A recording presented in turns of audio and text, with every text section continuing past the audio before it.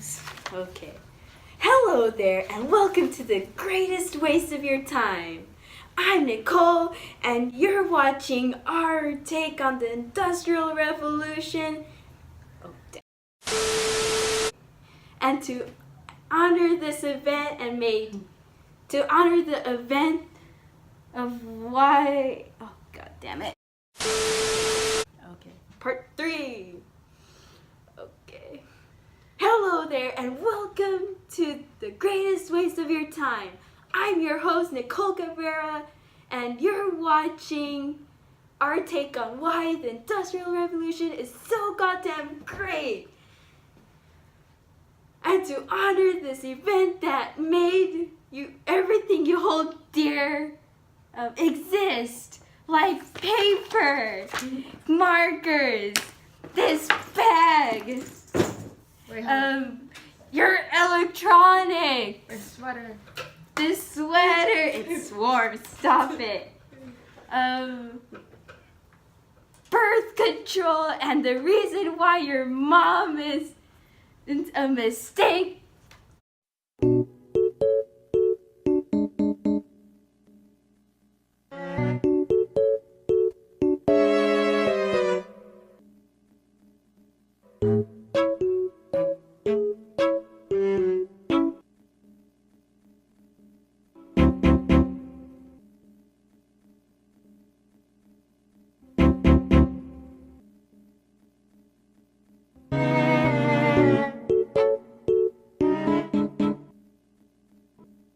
It all began during the 18th through 19th centuries in Britain, as most people finally started to grow their own brains and move from their boring country bumpkin farming life to the more exciting but less remorseful urban city life.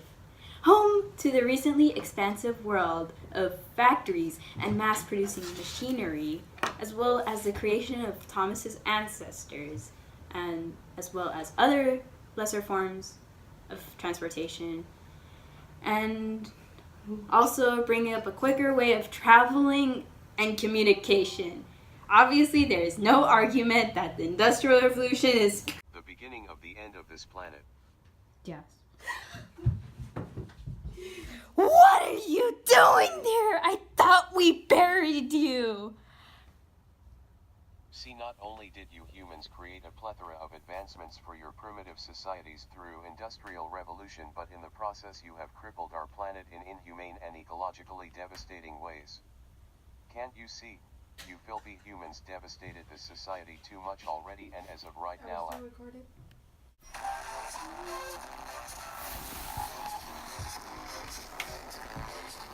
I did all the EARAPE.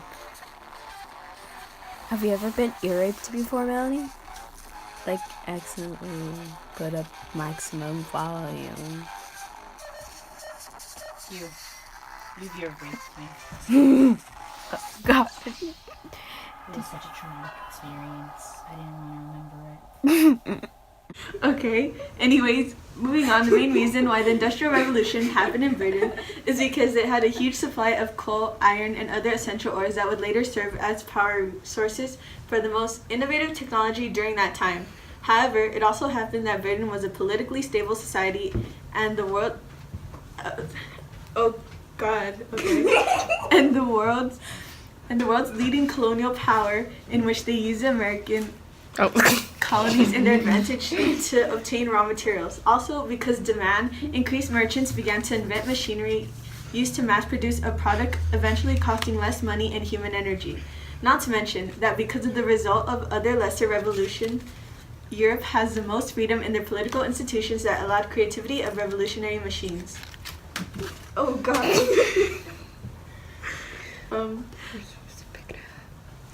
Apparently now we must explain to y'all about the specific developments of the Industrial Revolution, as well as to how their special little inventions transform our little society into a progressive circle of innovation, wealth, and lung cancer. The textile industry transformed industrialization. Textiles were made mainly in people's homes, with merchants often providing the raw material.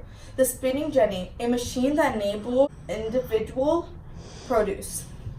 During the development of the iron industry, the discovery of an inexpensive technique to produce cast iron and the mass production of steel, making these metals essential materials for products.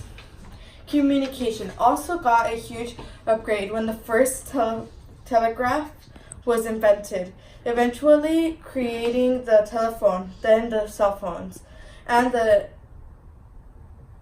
evolving onto more then evolving once more to the iPhone. Originally, a machine that used to pump water out of mines, the steam engine was improved by James Watt to power all kinds of machinery. Following the success of the steam engine, the transportation industry got a huge revamp once they put steam engines in boats, trains, and eventually cars, making transportation far faster. The transportation industry also saw the construction of the railroads and smoother roads.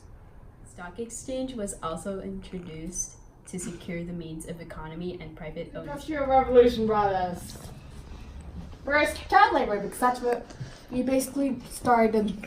The Industrial Revolution was powered by stuff like coal, but it was also started by stomping on the rights of the workers, which were often children. So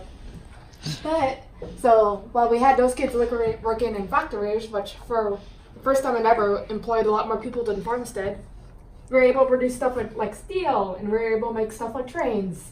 And then trains, the thing with trains is that we realized our clocks didn't match up with each other, so we created time zones. And this is great, we're all being super productive. But on one hand, global warming, it started in Industrial Revolution. It was always there, but the industrialization of factories just increased it tenfold. And then meanwhile, in the face of things like child labor and just the general stomping on worker rights, people like Samuel Gompers started, and people realized they didn't like being stomped on, so they started arguing for labor rights. And then when people had things to do other than labor, people started working into stuff that was just for funsies, like art.